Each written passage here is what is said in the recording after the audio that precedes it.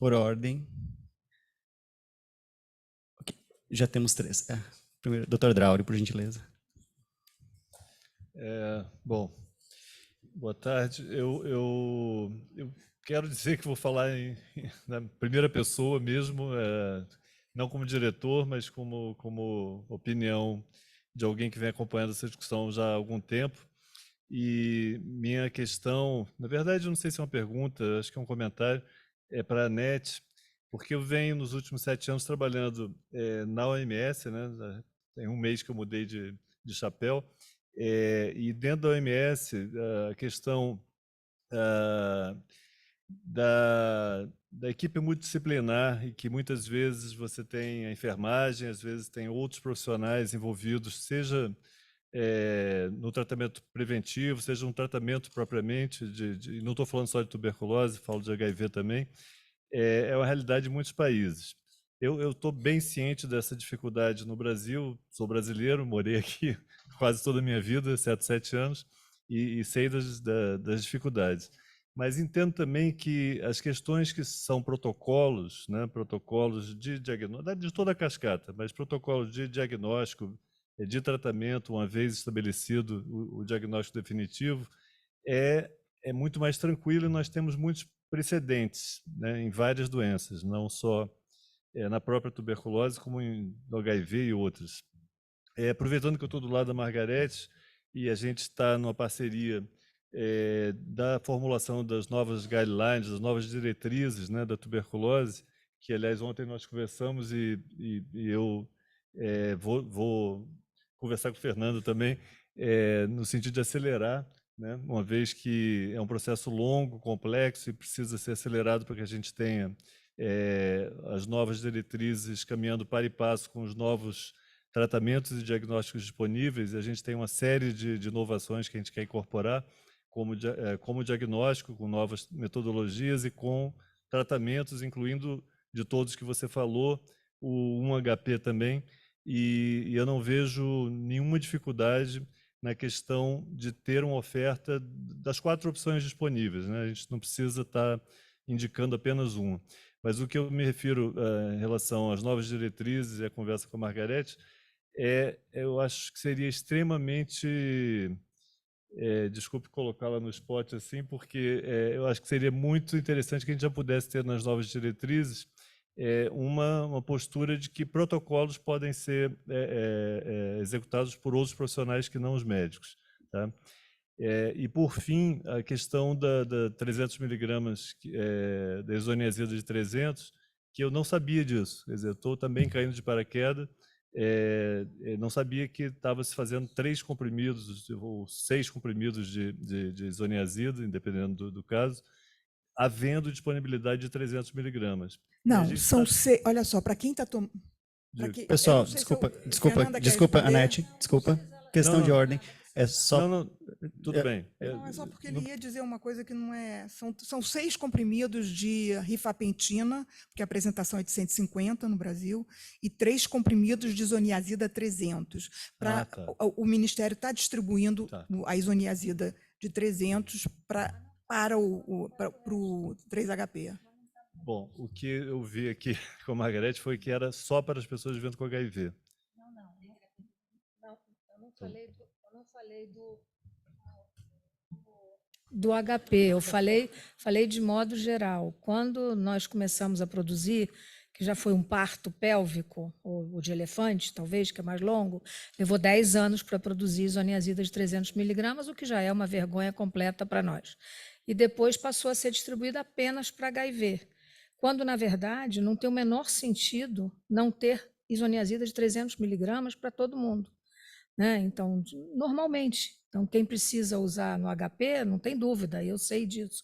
Agora, tinha que ter comprimido de 300 miligramas para todo mundo, distribuído. Em vez de tomar 3, toma 1 só, gente. É muito melhor.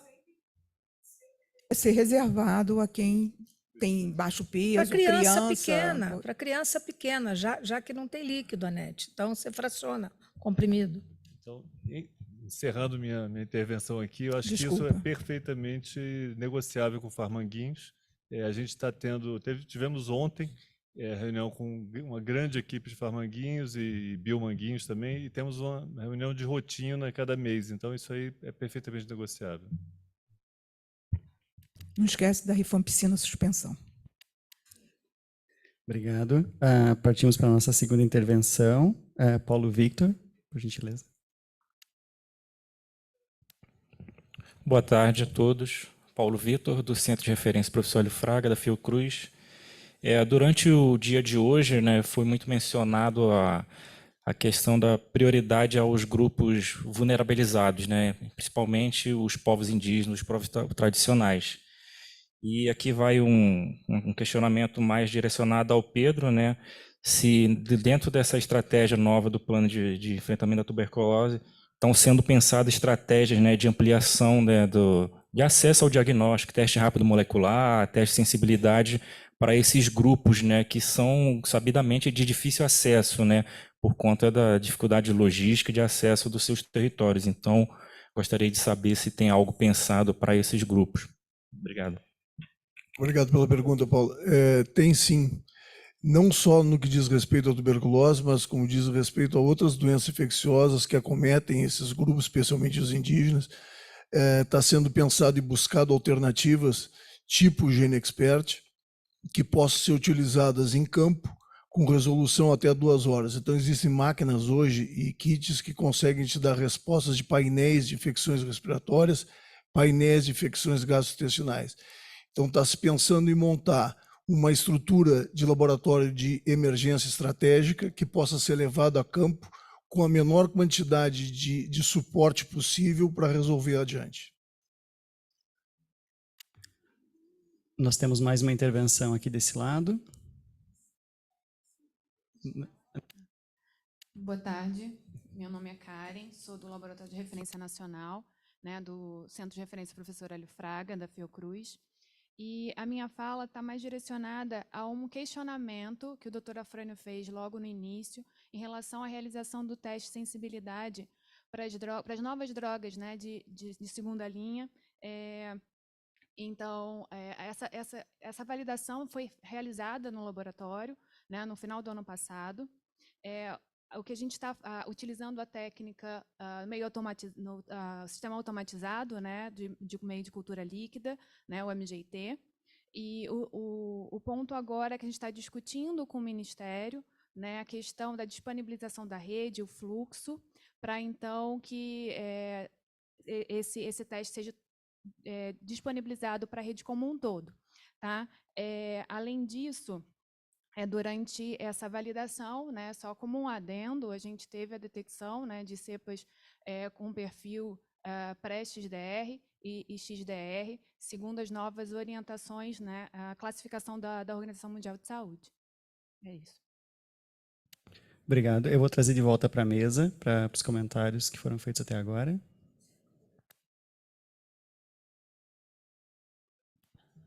Karen, obrigado pela tua informação, excelente. Eu acho que a vigilância de resistência em tuberculose, resistência do micobactéria em tuberculose, tem que ser aumentada urgentemente. A gente tem que ampliar realmente. A questão de fazer no MGIT é um grande desafio, porque é uma máquina cara, é um insumo caro e precisa ser centralizado. Talvez a gente tenha que buscar efetivamente aumentar a rede com outras alternativas, talvez não moleculares, mas alternativas fenotípicas, que possam detectar, ainda que em forma de screening, resistência na ponta e depois fazer uma confirmação. Mas efetivamente nós temos que ampliar esse monitoramento. Obrigado. Nós temos tempo para mais intervenções. Por ordem de inscrição, nós temos o Dr. Ricardo Arsêncio, em seguida o Dr. Ézio e, na sequência, a doutora Fernanda.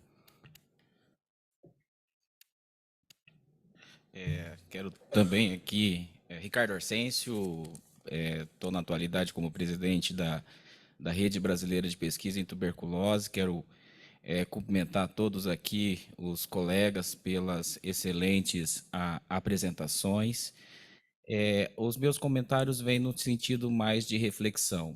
Primeiro, em relação à atenção primária que a gente está desenhando nesse escopo, nesse projeto de enfrentamento da tuberculose. E é uma reflexão em relação às características dessas populações que são penosamente afetadas pela tuberculose. Populações nômades, populações itinerantes, né, populações em situação de rua que não têm uma casa, que não há laços, vínculos familiares desestruturados. Então, e aí, migrantes, pessoas privadas de liberdade. Então, que projeto é esse que se apresenta de atenção primária no sentido de inclusão e sensibilidade da oferta, considerando a determinação social? Então, na medida que a gente vem com um esquadro de rede toda desenhadinha, toda formatadinha, eu fico me questionando o quanto que nós estamos promovendo um cuidado inclusivo. Então, aqui eu chamo a atenção da Secretaria de Atenção Primária que possa pensar em escopos não tão lineares, não tão estruturados, que possa reconhecer outras modalidades técnico-assistenciais. A exemplo, consultórios na rua, as equipes hoje que integram o sistema prisional, em sua maioria desfalcada. Então, eu acho que a gente precisa redesenhar esse projeto de atenção primária, acredito muito nessa atenção primária, mas ela não pode ficar dentro desse escopo estático, estagnado, mas ela precisa incorporar novas estratégias, novas tecnologias, no sentido de permitir a produção do cuidado alinhado à determinação social do processo saúde e doença. Eu acho que o modelo, apesar da gente mudar o nome do modelo para as condições agudas, condições crônicas, a gente ainda continua olhando para a doença. Agora, concordo com o meu colega aqui que nós precisamos olhar para o sujeito dentro da sua singularidade, dentro do seu contexto. Então, aqui o convite que eu faço para essa interlocução entre vigilância e atenção primária, que a gente possa fazer esses novos redesenhos, né? Inclusive, eu sou de Ribeirão Preto, uma grande dificuldade de integração da atenção primária com o sistema prisional, né? Então, assim, e muito conhecimento que a vigilância desenvolveu, ele não está sendo incorporado na atenção primária, e isso precisa ser cuidadosamente desenhado.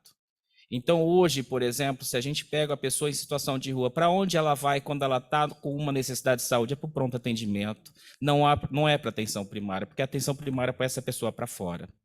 Então, assim, acho que a gente precisa redesenhar esse escopo da atenção primária com novos referenciais, inclusive revisitando uma epidemiologia mais crítica, mais social, a antropologia e tudo mais. Em relação às tecnologias aqui apresentadas, né, a colega Anete trouxe as pontos assim essenciais. Nós temos que avançar em relação à prevenção, não tenho dúvidas em relação a isso, né? E você muito bem trouxe a cascata de cuidado, né? E traz um projeto bastante audacioso, né? E isso. Perdão, doutor Ricardo. Desculpa. Brevidade. Eu vou tentar ser mais breve nos meus comentários, que é o envolvimento dos profissionais não médicos para o diagnóstico e tratamento da tuberculose e infecção. E uma tecnologia, eu participei de algumas discussões, eu acho que isso tem que ser um projeto de país, acho que isso tem um projeto de Estado, porque isso vai se reverter em indicadores sanitários de muita qualidade, né? Menos adoecimento, menos catástrofe. E uma tecnologia que uma das discussões, aliás, se discutia muito do risco de você ter algum dano, alguma nocividade para o paciente quando você faz um diagnóstico de tuberculose latente errado, né? A tal da iatrogenia por enfermeiros. E se discutiu muito que a ideia de avaliar o raio-x seria uma possibilidade, viu? O raio-x laudado, né? E aí, na medida que eu fui vendo a tua apresentação, você está apresentando um algoritmo que pode ajudar ainda mais nesse projeto de envolvimento de enfermeiros para o diagnóstico e tratamento da tuberculose. E aí eu gostaria de escutar um pouco em relação, porque nós estamos falando aqui de uma reunião de alto nível para a gente pensar projeto futuro, né? O que nós podemos trazer enquanto evidência do uso do algoritmo, da inteligência artificial? Eu acho que é o caminho, né? Eu acho que é o caminho, mas depois eu queria escutar um pouquinho mais em relação a isso. Como você vê isso, se você vê como eu? Se esse risco da iatrogenia podia acontecer agora com essa tecnologia, talvez possa facilitar ainda, possa engrossar ainda mais esse caldo. Bastante interessante de país que é do tratamento e diagnóstico da tuberculose latente. Doutor Ézio. Eu vou tentar ser breve, que a gente tem uma reunião com a Tereza agora. E há 20 anos, há 21 anos e meio, quando eu comecei a trabalhar com tuberculose, eu ouvia falar da baixa testes de cultura e quase inexistência de testes de sensibilidade. Aí, na sua apresentação, Pedro, você mostra, tem que aumentar. Como? Eu quero ver como isso vai ser feito. Eu gostaria de ver, a sociedade gostaria de ver como isso vai ser implementado. A sua apresentação também mostra a absurda dependência brasileira de insumos externos.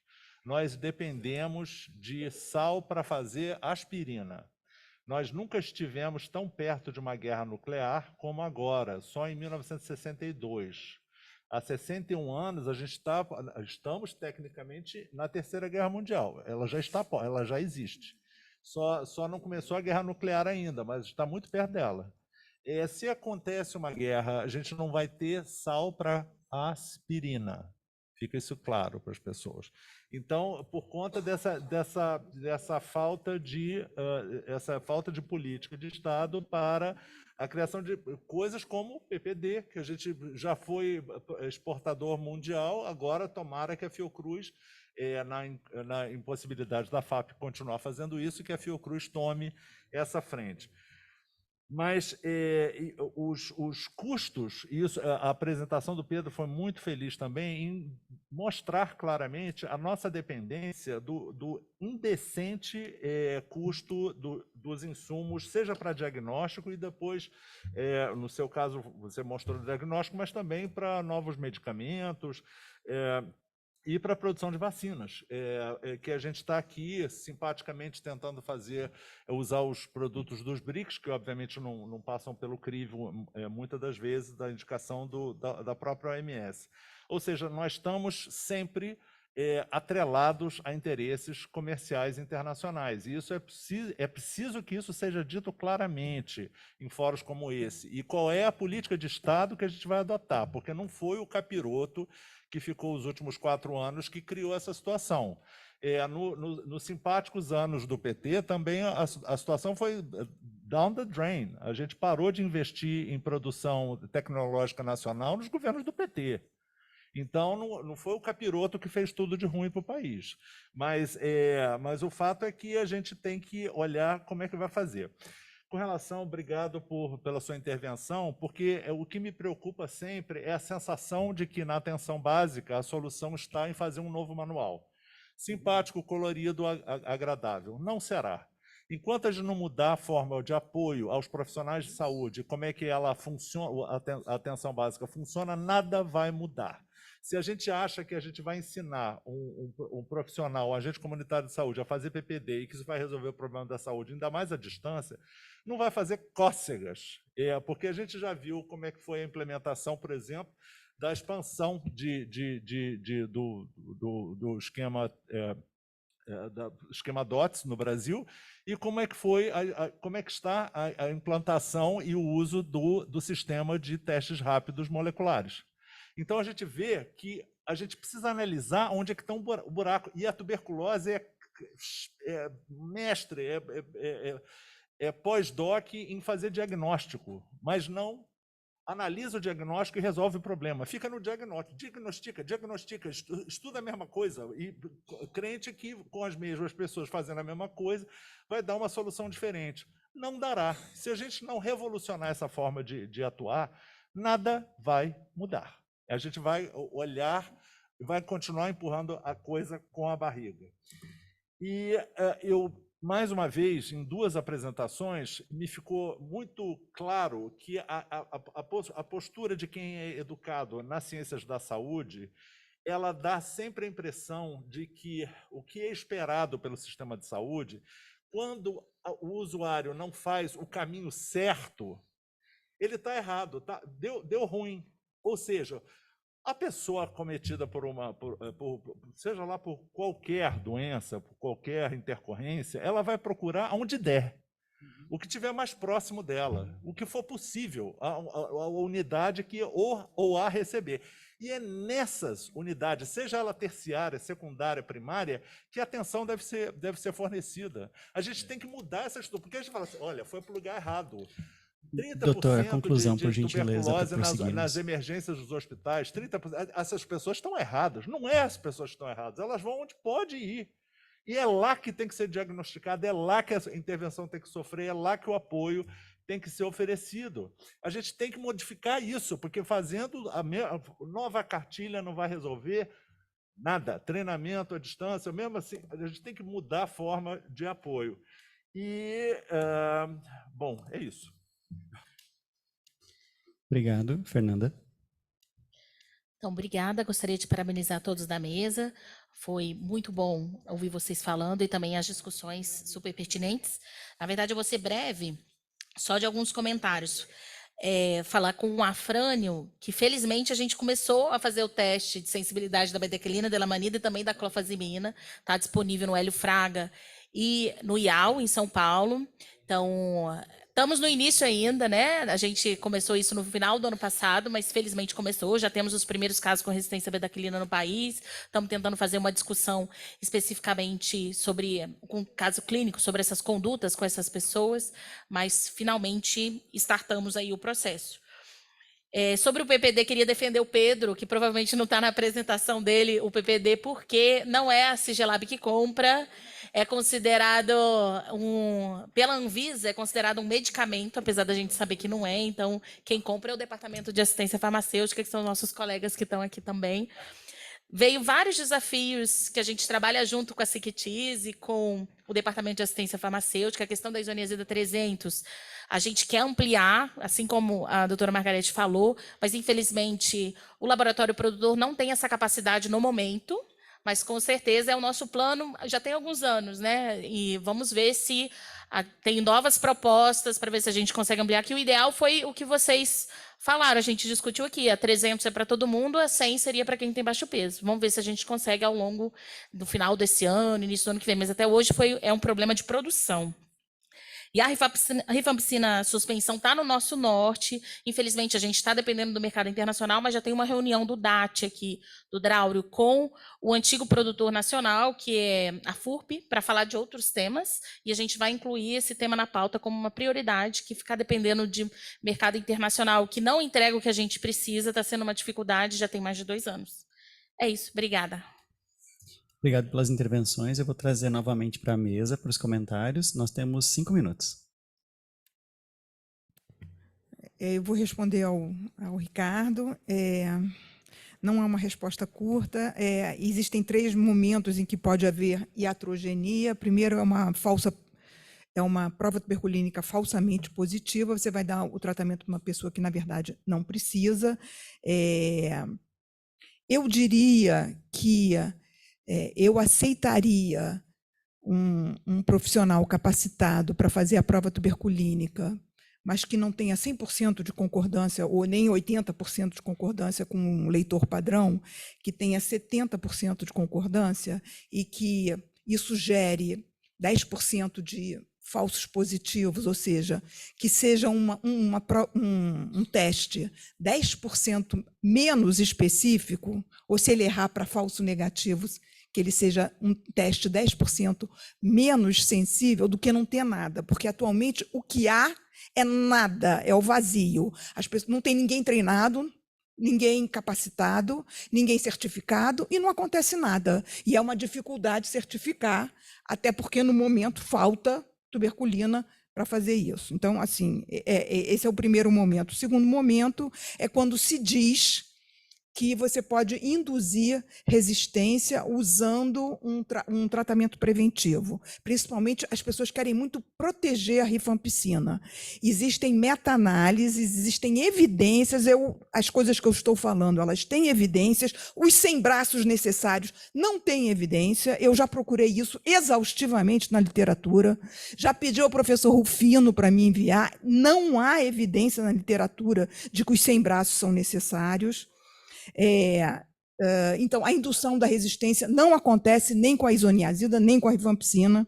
E o outro risco é você não detectar a tuberculose ativa, então você dá o tratamento preventivo, quando na verdade a pessoa está com tuberculose ativa. É por isso que eu acho que o Brasil está certo quando não abre mão da radiografia de tórax para fazer, antes de prescrever o tratamento, contrariamente às recomendações da OMS, porque nós temos o SUS, o que nós precisamos não é pular etapa, é melhorar e fortalecer o SUS para oferecer o melhor cuidado para os nossos pacientes. A gente sabe que hoje cerca de 50% das pessoas que têm tuberculose doença não têm sintomas. Então, apenas se basear em sintomas para afastar a tuberculose não é uma boa política. Então, esses são os 3 momentos. O CAD pode ajudar, ele pode reduzir o tempo necessário, porque atualmente o indivíduo faz a radiografia e depois ele vai ficar esperando um radiologista dar o laudo, porque o médico da ponta não se sente confortável para dar o diagnóstico, fica aguardando o laudo do radiologista, isso às vezes são mais 10 dias aguardando.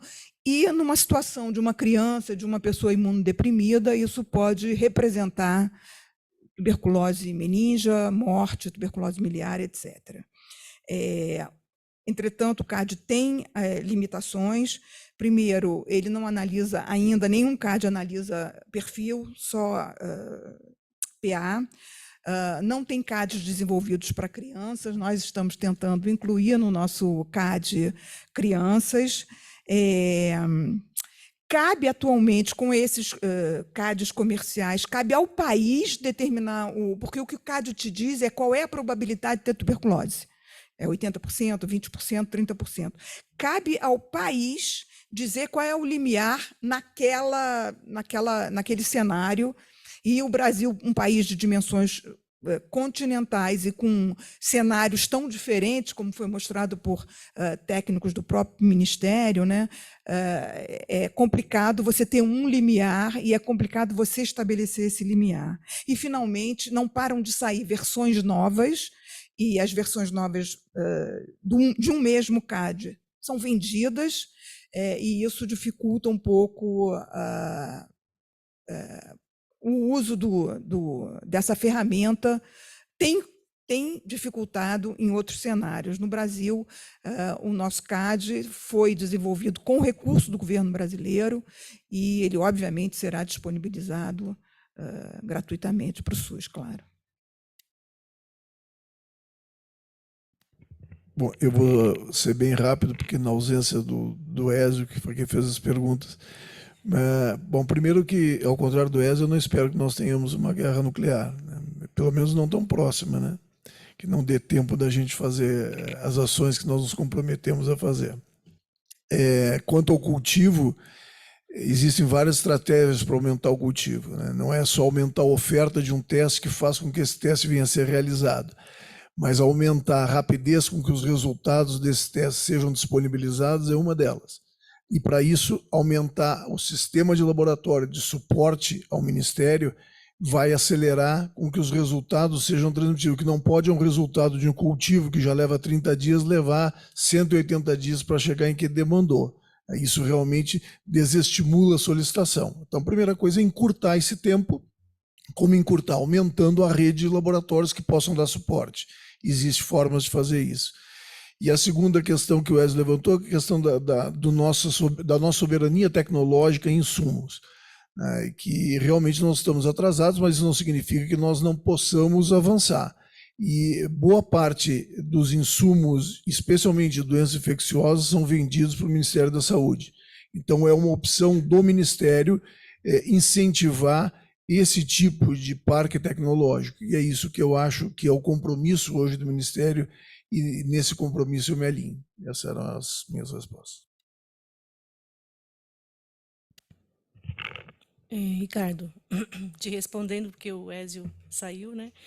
Mas só para fechar, é um comentário, na verdade. A gente ainda tem muito que avançar, né? Porque os desafios são muito grandes. Mas a gente tem essa proposta, a gente sabe que existem outras situações de vulnerabilidade, né? Que não as que a gente sempre frisa, né? PPL, indígena, PSR, a gente sabe que existem outras, e a nossa proposta, né, é ampliar. Esse material, ele foi divulgado em 2021, né? Publicado em 2021. Então, assim, ele serve como norteador, né? É importante que a gente tenha algo para oferecer do que não ter nada, né? Mesmo que esteja falho, mesmo que esteja deficiente, mesmo que não atenda da maneira que deveria atender, mesmo porque nosso território é imenso, né? A gente tem uma complexidade muito grande para poder atender todo mundo. Então, a gente pretende avançar com isso que você falou. Eu acho que fica como uma lição, né? A gente refletir, né? A ideia é refletir sobre isso que você falou. E a intenção aqui é essa, né? A gente trazer à mesa, discutir e futuramente ter outras propostas melhores também. Mas é isso. Obrigada.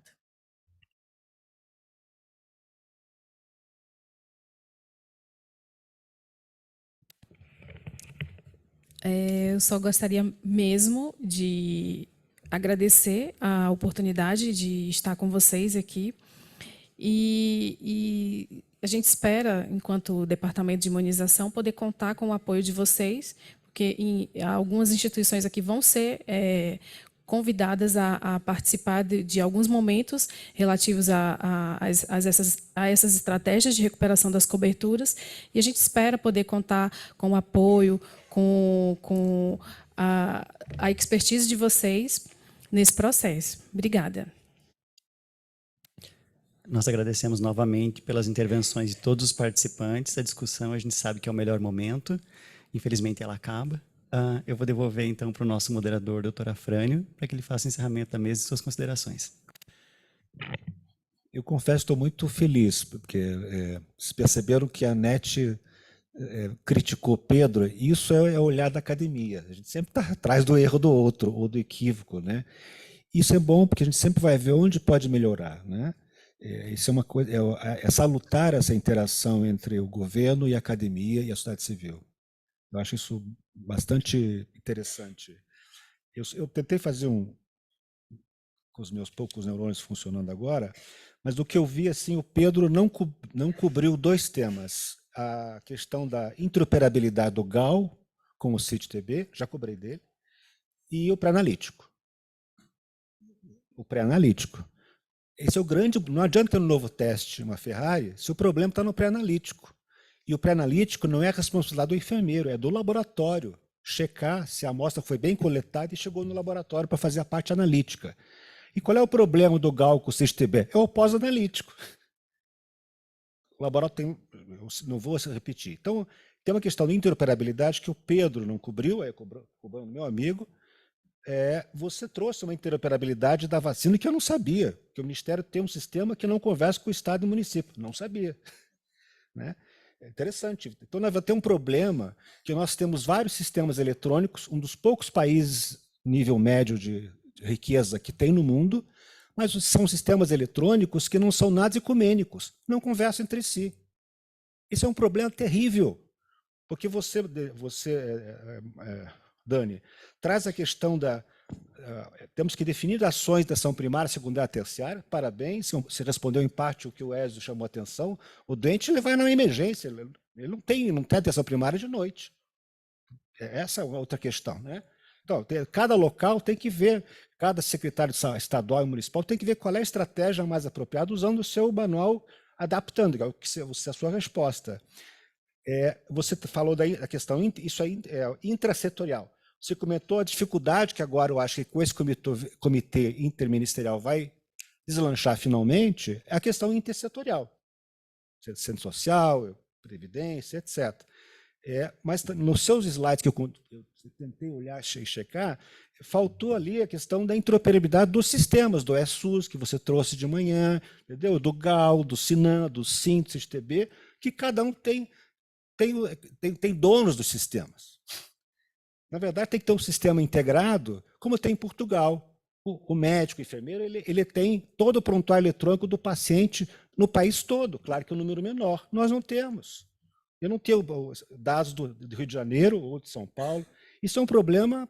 Então, para mim, o que eu estou aprendendo é a questão, a interoperabilidade de sistemas vai ajudar muito a resolver muitas coisas que foram aqui elencadas, inclusive para a vacina, que eu não sabia. A ANET traz uma questão da cascata, parabéns. O Cleidson não está aqui, lembra que eu critiquei bastante na época, quando criou-se o LTB anos atrás, falei, Cleidson, isso é um pedaço do processo. Você está, na verdade, catalogando quem iniciou o tratamento preventivo, mas eu quero saber onde é que estão os buracos, quais são os gaps para chegar a tratar. Senão vamos discutir sempre rifapentina, 3-1. Não, é importante incorporar novos medicamentos para tuberculose ativa e também a infecção, mas tem que ver o processo todo do cuidado, da detecção, que é a cascata. Então, ela trouxe bem isso nesse contexto. Mas não temos sistema integrado de informação coletando esses dados, para que o gestor e você, o funcionário, o profissional de saúde, possa tomar decisões localmente.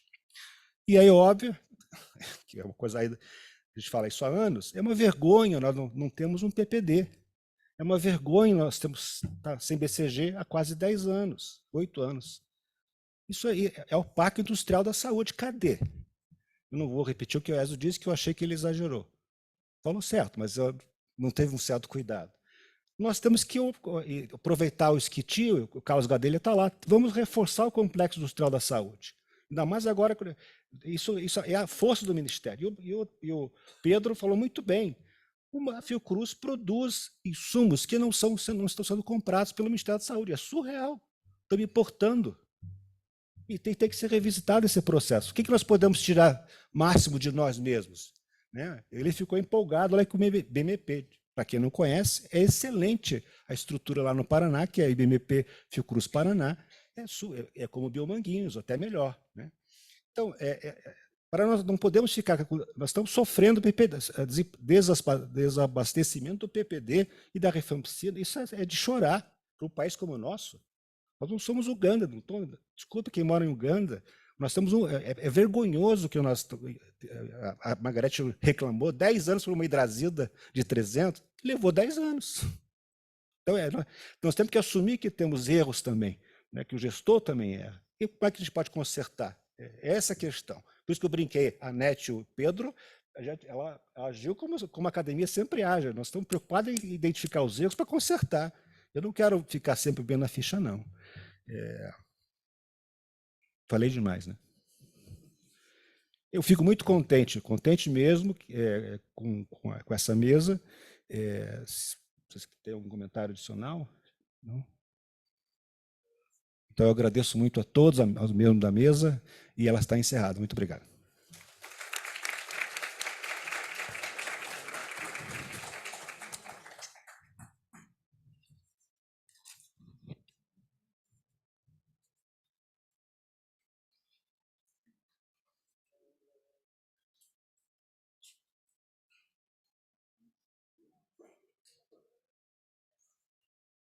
Dando continuidade, daremos início à mesa 4.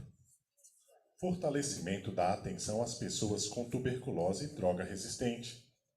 Para moderar esta mesa, convidamos a senhora Fernanda Dockhorn, coordenadora da CGTM DAT SVSA do Ministério da Saúde. Convidamos à mesa nossas participantes. Margarete Dalcomo, médica pneumologista, pesquisadora da Fundação Oswaldo Cruz e presidente da Sociedade Brasileira de Pneumologia e Tisiologia. Ana Angélica Bulcão, médica infectologista da Divisão de Tuberculose do Centro de Vigilância Epidemiológica do Estado de São Paulo, da Secretaria de Estado de Saúde de São Paulo. Maíra Veloso, enfermeira, especialista em políticas e gestão da saúde, da Secretaria de Estado de Saúde de Minas Gerais, coordenadora do Programa Estadual de Controle da Tuberculose. Helena Lima, enfermeira da Estratégia Saúde da Família, no município de São Luís, no Maranhão, preceptora da Universidade Dom Bosco e da Universidade Federal do Rio Grande do Sul.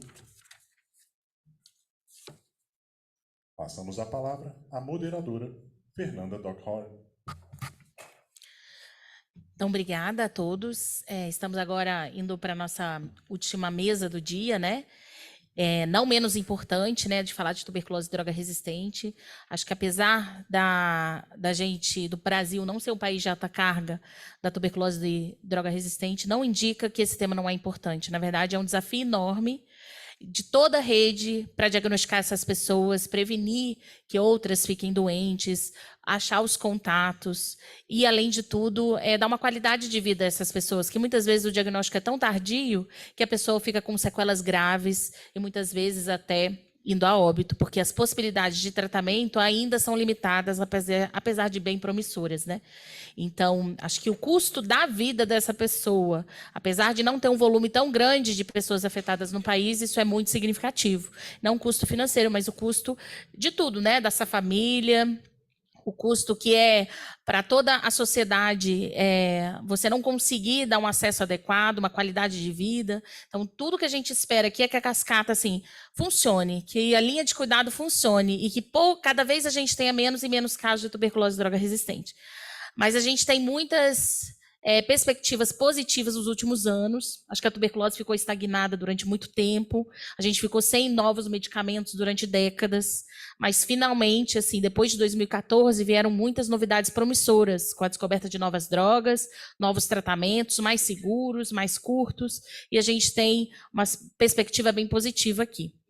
E outro aspecto importante dessa mesa, que vão mostrar não só a questão médica, né, do cuidado da tuberculose e droga resistente, mas também na questão social, de como lidar com todo o aparato de vida dessa pessoa, a questão do apoio social, da proteção, para ela que consiga, finalmente, além de passar desse diagnóstico, mas também encerrar como cura um tratamento bem-sucedido. Então, queria chamar a doutora Margarete. A doutora Margarete é nossa ilustre especialista em tuberculose e tuberculose e droga resistente. Considero ela a nossa grande professora para o Brasil inteiro, né? Ela que nos ajuda não só nas definições de políticas públicas no país, não só nas pesquisas, mas também na capacitação, na questão dos recursos humanos. E agora a gente sabe que ela ampliou ainda mais o leque de atuação, trabalhando com vacina, com Covid, com saúde em geral, né? Então, obrigada, doutora Margarete, pela sua disponibilidade. Tem a palavra. Obrigada, querida Fernanda. Obrigada, Etel, pela gentileza de me convidar. Peço desculpas por um assunto tão árduo e tão áspero a essa hora do dia, mas, enfim, a vida é assim, né? A gente não faz apenas o que a gente gostaria de fazer. E peço licença, Etel, antes de entrar no meu tema especificamente, para complementar uma informação já adiantada pela colega que antecedeu na mesa. Efetivamente, nós conseguimos, todos sabem que a vacina BCG no Brasil era fabricada pela Fundação Ataúfo de Paiva, que foi fechada por problemas de qualidade, e ela foi, então nós conseguimos levar a cepa semente da cepa morro original do Brasil, que é considerada a cepa de maior capacidade e virulência residual. Ela já está depositada em Biomanguinhos na Fiocruz, e a Fiocruz está capacitada para produzir, a partir de 2024, nós teremos uma vacina BCG genuinamente brasileira, voltando a ser produzida, chamada BCG Fiocruz. Eu tive o prazer de levar a cepa para Biomanguinhos, isso me deu até uma taquicardia. Assim, confesso, assim, são nossas fragilidades que, na verdade, nos fortalecem e não nos enfraquecem, né? Então, assim, falando de perspectivas, né, eu não tenho nenhum conflito de interesse, ou tenho todos os conflitos de interesse com esse assunto, todo mundo que está aqui sabe disso, né? Enfim, só rapidamente recordando para aqueles que não são ligados à área, como eu disse, esse é um assunto de grande complexidade, mas o fato é que, como disse a Fernanda, com muita propriedade, né, esse é o esquema, isso mostra efetivamente o que é uma doença negligenciada, né? Então, uma doença que teve os seus primeiros remédios, os primeiros medicamentos no pós-guerra imediato, né? Com a streptomicina, com PAS. E todos aqueles que são médicos aqui presentes, que estudam, sabem que os primeiros estudos clínicos foram feitos pelo British Medical Council, que foram as primeiras publicações, e que responderam às primeiras questões importantes na tuberculose e que já na primeira década, mostraram que a tuberculose não seria uma doença para ser tratada em monoterapia. E logo depois, a tuberculose não seria uma doença nem para ser tratada com 2 fármacos, e isso perdura até hoje. Outros medicamentos de ação bactericida vieram depois, na década de 50, 60. Na década de 70 não aconteceu nada, porque a rifampicina é de 1969, né? E na década de 80, 2 fármacos foram descobertos, né? A linezolida é um fármaco de 1987, a sua descoberta. Nós já usávamos para tratamento de pneumonia grave em terapia intensiva. Ela não tinha nenhuma comprovação de uso para tuberculose, coisa que ela veio a ter nos últimos anos, e lhes digo, em complemento, que ela é o único fármaco que não guarda nenhuma resistência cruzada com nenhum outro fármaco antituberculose. Depois, na década de 90, a rifapentina, e depois o que nós chamamos esse momentum dos últimos 20 anos, que foi a descoberta da bedaquilina, da pretomanida e da delamanida e outros fármacos que estão em estudos. A OMS, vou passar rapidamente alguns slides agora, apenas para dar um fio condutor nesse raciocínio. A OMS sempre definiu o tratamento da tuberculose em grupos de prioritário. Então, historicamente, o grupo 1 sempre foi, e ainda é, o tratamento chamado RHZE, de 4 fármacos, que é utilizado para formas sensíveis universalmente. E depois o grupo 2 e aqueles que vão sendo incorporados, como os que estão aqui em letrinha vermelha, que foram incorporados assim meio arbitrariamente ao grupo 3, quando estavam todos os medicamentos injetáveis, coisa que hoje a tendência é serem abolidos de uma vez por todas. E o grupo 5 eram aqueles que nunca foram testados em ensaio clínico controlado randomizado, portanto tinham níveis de evidência, e tem até hoje, fraquíssimos. Isso evolui, a OMS vai evoluindo nesses grupos, né? Isso é uma coisa assim meio, digamos, arbitrária, apenas de organização, de lógica de fármacos, né? De pensando em associação, quando é a prioridade, o que deve ser associado. Então, fluoroquinolonas faz parte, eu estou falando aqui especificamente de formas resistentes, e as fluoroquinolonas passaram a fazer parte, a despeito de uma taxa de resistência muito grande e crescente no mundo inteiro, inclusive no Brasil, né? No estudo que nós fizemos com dado secundário, revelou resistência às quinolonas e aos aminoglicosídeos da ordem de 30%, né? Então, assim, não é um estudo prospectivo, mas é levantamento de banco de dados que nós temos. A outra questão que é importante e que responde a uma angústia de décadas que nós temos é a adição de fármacos esterilizantes. Então, apenas para ninguém esquecer, quando nós consideramos que um fármaco serve e é bom para tuberculose, né? Usando a linguagem do Gênesis, né? Viu que era bom, né? Então é isso. Assim, ele é bom quando ele é esterilizante, ou seja, ele é bactericida, perdão, ou seja, ele atua na população de crescimento muito rápido no início do tratamento, e ele é esterilizante, ou seja, ele atua na população de crescimento lento, intermitente, etc. Se ele responde a esses 2 quesitos, ele é bom. Viu que era bom, pode descansar no 7º dia. Então, é mais ou menos esse o raciocínio da tuberculose. E esses são os estudos mais seminais publicados no British Medical Council, que mostraram para nós, quer dizer, os primeiros com streptomicina e PAS tinham taxa de sucesso de 75%, e ela foi aumentando na medida em que se foi respondendo a mais 2 questões: adição de medicamentos bactericidas e tempo de tratamento. Então, assim, esses são os dois problemas que nós hoje enfrentamos. E os estudos de redução de tempo de tratamento, há vários, a literatura, aqui apenas resumi os mais, que eu considero os mais importantes, são estudos que mostram, enfim, resultados extremamente variados entre eles, né, uma taxa de sucesso que também varia, e todos eles mostraram, alguns deles tentaram responder se era possível, para a forma sensível, reduzir o tempo de tratamento de 6 para 4 meses, e a resposta até o momento é que não. Então, nós não temos até os estudos mais atuais testados. Há muitos ensaios clínicos para tuberculose multiresistente, e quem mais tem desenvolvido é a Global Alliance. Aqui, apenas para que os senhores saibam, né, o número de estudos é enorme, alguns deles já estão terminados, já estão publicados, inclusive. A OMS fez uma nova classificação para medicamentos de TB multiresistente, aqui ainda já incorporando levo e mox, né, ou seja, os derivados da quinolona, a bedaquilina, linezolida e o delamanide, né? Então, assim, e com recomendações. Essas são as recomendações que nós também tentamos incorporar e ainda no Brasil ainda se usava streptomicina em algumas situações. Hoje a nossa tendência e eu quero deixar isso bem claro, né? Até falei para a Fernanda, vou ser muito enfática, hoje a nossa tendência é seguir as recomendações da Organização Mundial da Saúde e utilizar medicamentos tratamentos com esquemas completamente orais, abolindo de vez por todas os medicamentos injetáveis. Nós, inclusive, estamos revendo a meta-análise que estamos fazendo para as novas diretrizes de tuberculose, onde nós havíamos colocado, de acordo com a metodologia do GRADE, algumas perguntas pico a serem respondidas, e nós já abolimos os carbapenêmicos, justamente porque esses ficariam destinados individualmente a casos muito especiais, mas não mais. Então, o que houve de novo que realmente fez a diferença, sem dúvida nenhuma, nesse 20 anos, digamos assim, históricos, foi a bedaquilina. Então, a bedaquilina, por isso que eu sempre que reflito sobre ela, eu me pergunto e pergunto a todos que estão aqui, seria ela a nova rifampicina?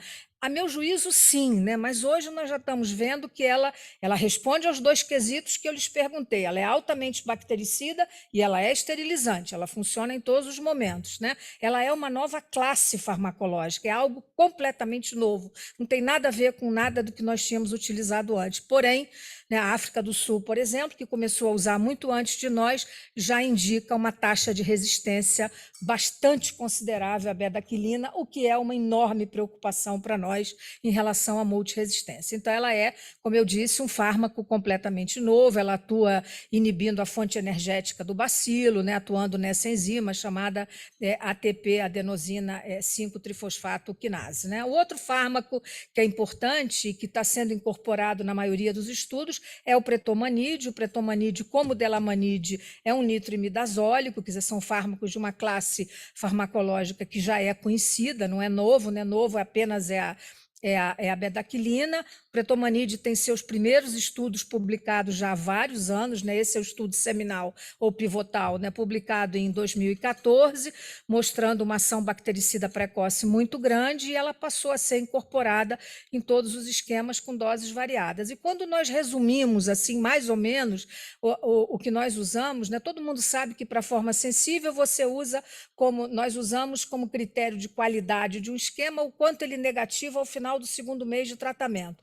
Para formas resistentes, nós usamos o quanto converte em 6 meses, considerando esquemas de longa duração. Isso cai por terra na medida em que os novos estudos e os novos regimes serão regimes de curta duração, inclusive para multiresistência. Então, aqui mostrando que todos esses fármacos mostraram, nos estudos em que foram usados, uma média de negativação de escarro em 6 meses de 85%, o que é, sem dúvida nenhuma, algo que nos dá muita esperança de poder tratar todas essas pessoas e essa mortalidade que ainda é tão alta e que, antes de morrer, esse indivíduo contaminou dezenas de pessoas. Né? E aqui, como estava isso até 2018, né? Quando muitos desses estudos começaram, né? E, como eu lhes disse, muitos já estão publicados. Né? Nós participamos desse aqui, que está com essa primeira setinha vermelha, né? Bedaquilina, pretomanida, moxi e pirazinamida, que é o chamado estudo, o Simplice-TB.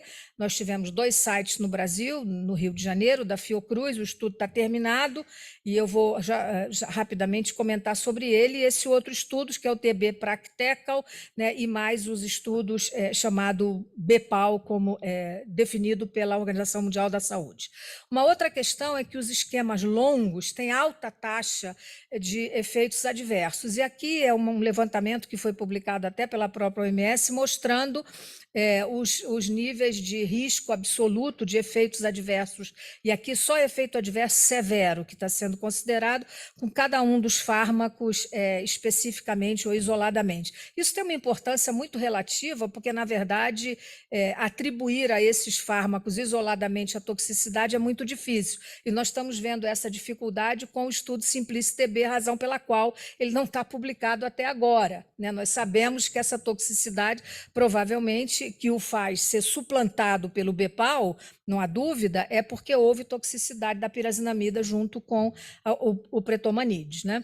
E aqui esse é um estudo também interessante, mostrando e nominando todos esses trabalhos que foram feitos, né, apenas para que os senhores tenham ideia de que foram realmente colocados em estudo controlado, randomizado, números bastante consideráveis de pacientes arrolados em todos esses estudos, e a qualidade deles foram todos estudos, a grande maioria deles já publicados.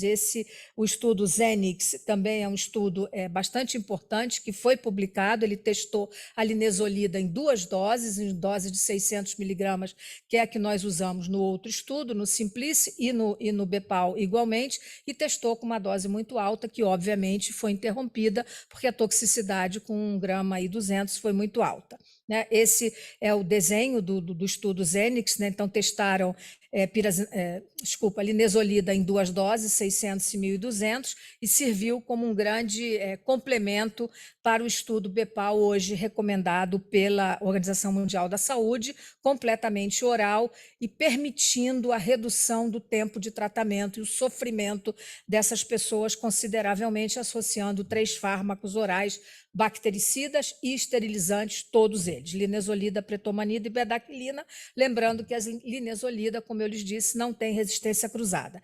Esse é apenas para que os senhores saibam o histórico de como esse regime se deu, né? Ele vem desde a sua aprovação, o estudo Zenix publicado, aprovação pelo comitê do FDA, depois pelo comitê europeu, o estudo NICS-TB publicado em 2021, depois a OMS, então, incorpora e recomenda a partir de 2022. Então, esse é um histórico, e isso vem complementando, digamos assim, essas 2 décadas às quais eu me referi como esse momento, né? Então, hoje, né, existem questões ainda a serem respondidas. Esse é um trabalho extremamente interessante, publicado no ano passado, com esse título que eu fiquei, confesso, com ciúmes de quem deu, porque eu escrevo muito e eu gostaria de ter escrito esse artigo, né, delamanide ou pretomanide, é uma escolha, é um julgamento salomônico.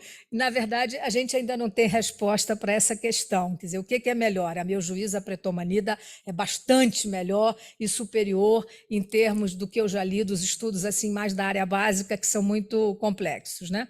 Esse é o estudo Simplice-TB, do qual, como eu lhes disse, o Brasil participou, né? Nós tivemos uma experiência extremamente boa com os doentes arrolados aqui, nós tivemos apenas um paciente com hepatotoxicidade importante, nós atribuímos às suas comorbidades, então assim, mas não foi o que se deu, por exemplo, na África do Sul, e a África do Sul, como arrola muita gente, ela puxa o estudo nos seus resultados, porque ela tem mais efeito adverso, e nós não sabemos responder exatamente se há alguma questão ligada a alguma comorbidade, alguma questão étnica, alguma questão genética, isso nós não sabemos ainda responder. Então, nós testamos o mesmo esquema para caso sensível, propondo a redução de tratamento para 4 meses, e propomos o mesmo esquema para casos multiresistentes, testando o tempo de tratamento de 6 meses. Em termos de negativação, o resultado foi excelente. Quero apenas lhes lembrar de novo, né, reiterando, que a delamanida também já tem resistência documentada, inclusive em aprovação regulatória dela, né, Fernanda? Nós fomos ler a aprovação da Anvisa para a delamanida e descobrimos que eles também já tinham descoberto até resistência à própria delamanida, né? Aqui mostra alguma coisa também muito importante para nós que estudamos tuberculose, que é uma pergunta que tem pelo menos 60 anos, né? Todos nós sabemos que o indicador clínico mais importante para desenvolvimento de resistência é a exposição prévia ao fármaco, e que quanto mais você é exposto, maior a sua possibilidade de desenvolver resistência. E esse é um trabalho muito interessante que mostra a mesma coisa com os novos fármacos. Quanto maior a carga de resistência da pessoa, maior é a probabilidade de que ela não responda bem a um esquema, mesmo que sendo com drogas novas. A situação brasileira hoje, né, concluindo, dos novos medicamentos, a bedaquilina, a linezolida, nós já a temos incorporada há vários anos, a bedaquilina foi incorporada, nós fizemos os estudos de uso compassionado dela e os publicamos em 2019, a delamanide também, e o pretomanide está em processo junto à Conitec para ser analisado na próxima reunião da Conitec, visando a incorporação. Por que reduzir o tempo de tratamento, né? Parece tão simples, mas acho que aqui tem tanta gente importante da sociedade civil que vai entender isso, né? Porque otimiza fármaco, garante efetividade, né? Nós não estamos falando aqui de eficácia, os regimes têm que ter comprovada superioridade através dos estudos, humaniza o tratamento, aumenta a adesão, não usa injetável, o tempo é mais curto, resulta em menor sofrimento humano, menor toxicidade e menos efeitos adversos. Esse é o esquema que nós já estamos utilizando no Brasil para tratamento de multiresistência, só totalmente oral, abolimos os injetáveis, porém ainda por um tempo muito longo, e a nossa proposição formal aqui diante do Ministério da Saúde é que rapidamente nós incorporemos os esquemas encurtados e que tenhamos teste de sensibilidade prévio, obviamente, para todos esses fármacos. Não é possível se colocar em risco algo que vai levar mais, provavelmente, algumas décadas a chegarmos a outros medicamentos. E, por fim, eu acho que o Brasil tem que considerar a possibilidade de inclusão de mais sites qualificados para participação em ensaios clínicos. É muito modesta ainda a nossa participação, capacitar profissionais para que possam fazer isso, qualificar nossos laboratórios para boas práticas de laboratório, para teste de sensibilidade, vencer trâmites regulatórios, né? Disponibilizar os fármacos para os locais. Esquemas orais sem injetáveis são, sem dúvida nenhuma, o futuro do tratamento da tuberculose resistente, com tempo de duração mais curto e, evidentemente, last but not least, Fernanda, com diagnóstico point of care que nós não temos até o momento. Então, esse seria, quer dizer, nós temos que ter um teste para que tudo funcionasse, modelo ideal, né? Enfim, ter um teste de sensibilidade, de diagnóstico e de sensibilidade rapidamente, point of care. Remédio disponível, sites qualificados, centros de tratamento qualificados para tratar, doente acompanhado, tratamento por 6 meses com o esquema encurtado e já validados por estudos. Então, esses seriam os meus comentários. Fernanda, muito obrigada pela atenção.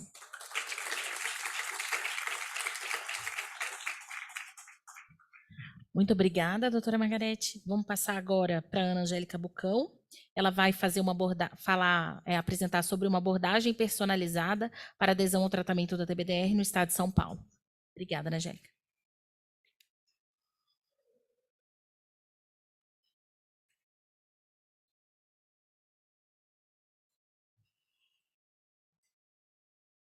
Não é isso.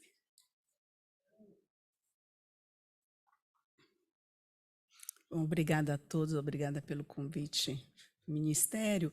E eu vou falar um pouquinho sobre um projeto que foi uma carta-acordo, que foi realizado no estado de São Paulo e finalizou em agosto do ano passado, né? É uma abordagem personalizada para a adesão ao tratamento de TBDR. Aqui passa aqui uma bolinha, né?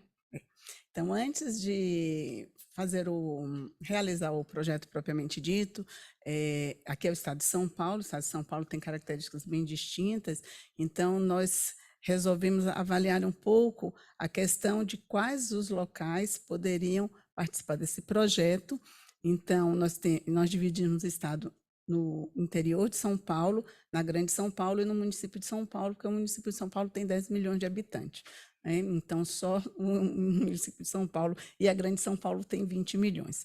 Então, resolvemos enviar por Google Forms um questionário para as referências e para as unidades que atendiam referências. Aqui deveria ter unidade básica / TDO, que eram as unidades que faziam referência, TDO até porque todas faziam, né? Então, 100% ali é realmente das unidades básicas. Questionando sobre incentivos, se tinham psicólogos, se tinham serviço social e equipamentos. E quando a gente vê a resposta, né, tirando o TDO, ninguém consegue 100%. Então, unidades que não têm psicólogo, referências que não têm serviço social e muitas vezes não têm equipamento.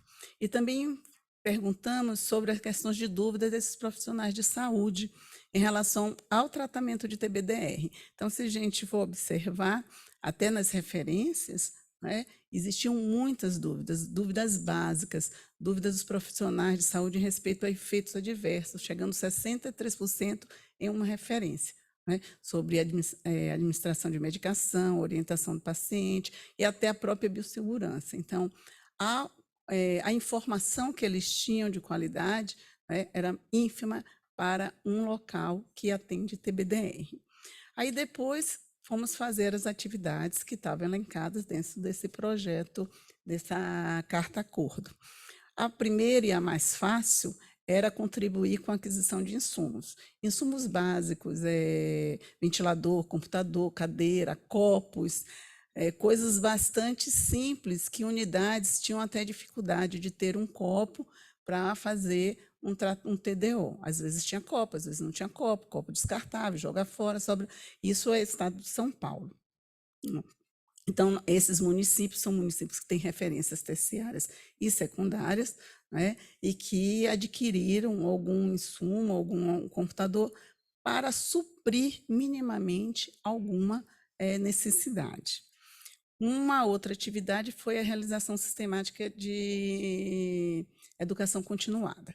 Então, para tanto o paciente quanto para o profissional, nós criamos um site que teve mais de 1.300 acessos, um site que tinha informações, aí eram informações em base científica, tanto para o profissional como para o paciente, separados porque você precisava mudar um pouco a fala, né, a forma de se colocar frente a um profissional e a um determinado indivíduo com diferentes níveis de formação. Então, existiam aulas, vídeos curtos em relação à biossegurança, ao tratamento de TBDR, a assuntos da psicologia, acesso à INSS, a direitos do paciente.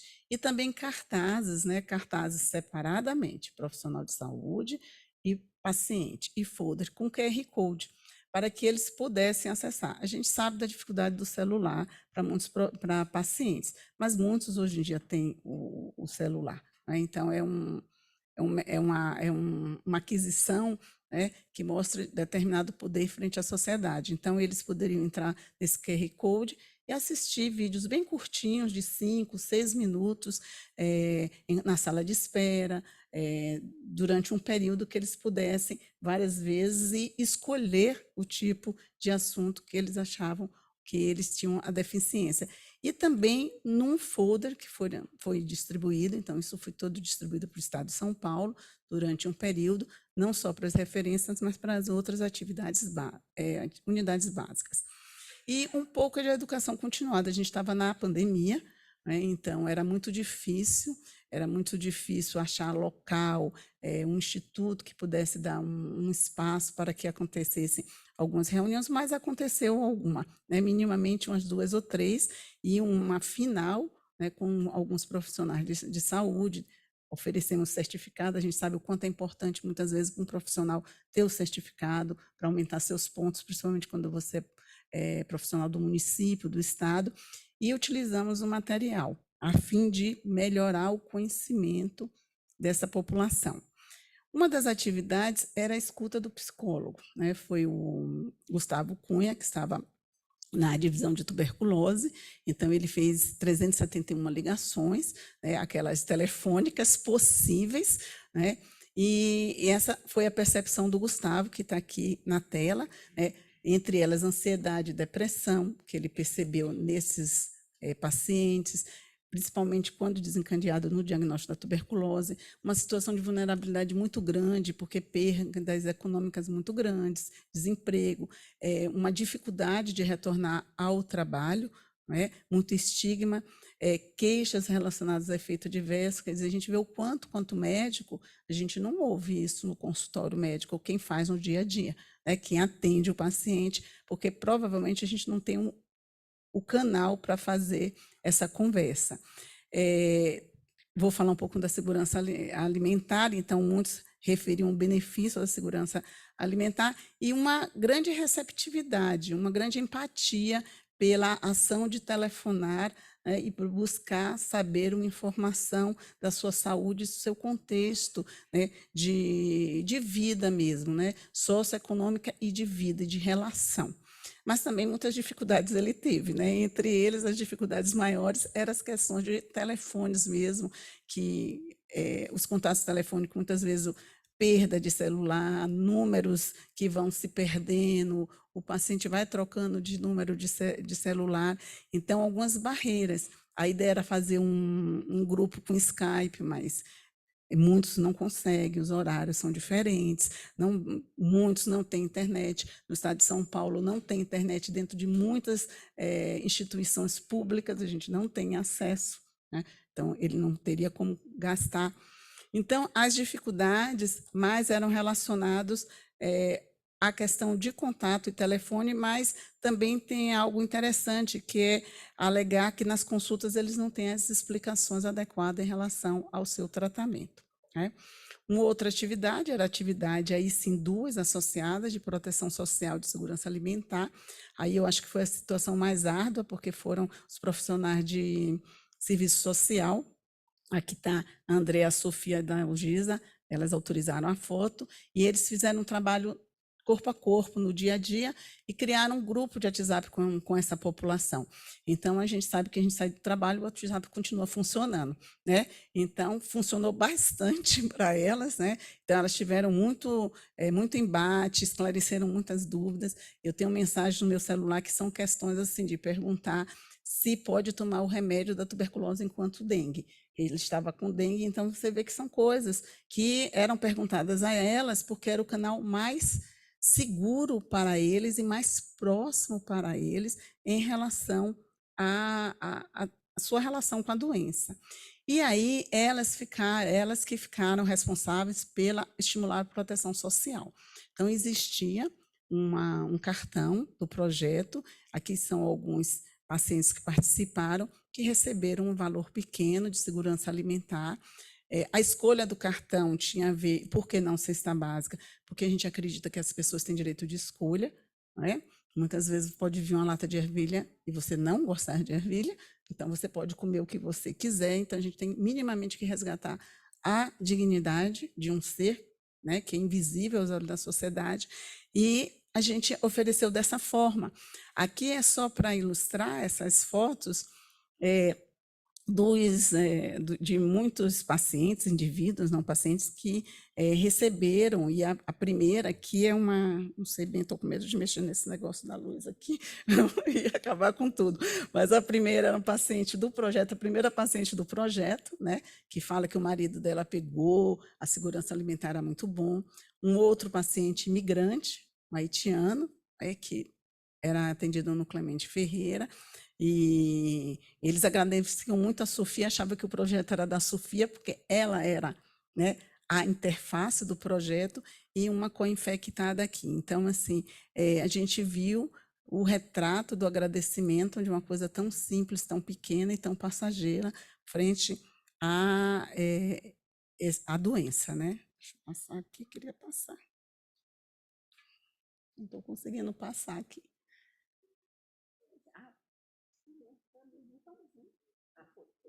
Foi embora de vez agora. Do meio foi quase embora de vez agora. E para finalizar, quando entregamos um relatório para a OPAS no final, né, nós tínhamos uma comparação de incentivo e sem incentivo daqueles pacientes. A gente precisa rever um pouco, porque a gente sabe que o tratamento da tuberculose não demora 1 ano só. Acabamos de ver a doutora Margarete falando aí dos 18 meses, mas visivelmente a gente via com incentivo um melhor tratamento completo, 31% contra 20%, isso é uma frequência simples, não foi feito nenhuma análise, o abandono reduzido e o óbito. A gente precisa rever agora, né, porque dos 70 em tratamento, 20 já curaram, mas não temos aqui o óbito, uma cura.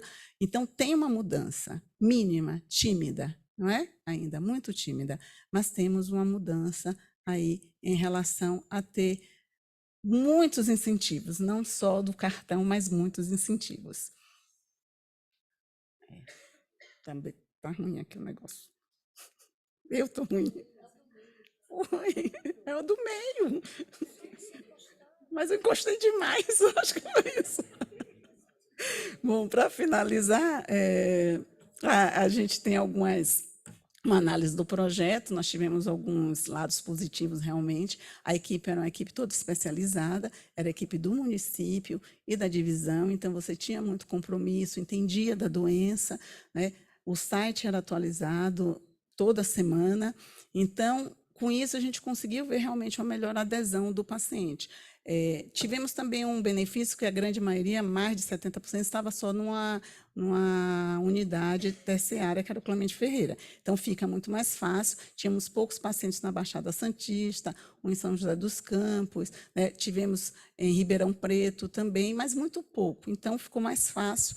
Mas a gente tem um ponto muito negativo, que é a questão também de rotatividade dos profissionais de saúde.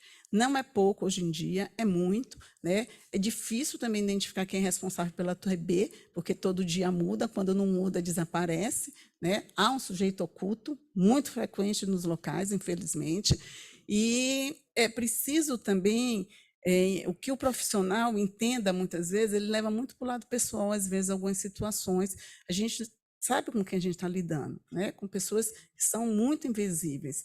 E a gente não deve levar tanto para o lado pessoal, afinal de contas, eles não ouvem tanto sim, tanto carinho, eu te amo, situações que eles não ouvem no dia a dia. Então, às vezes, o paciente está nervoso, o profissional de saúde fica nervoso, aí vira um caos e as coisas não dão final. Então, tem alguns problemas realmente relacionados ao serviço e não ao paciente que nós detectamos, né? Então, era isso que eu queria trazer para vocês. E tem o grupo aqui para agradecer a todos e o apoio da UPAS nesse projeto, aí, nesse pequeno projeto que São Paulo fez. Muito obrigada a todos. Me enrolei aqui com o botão.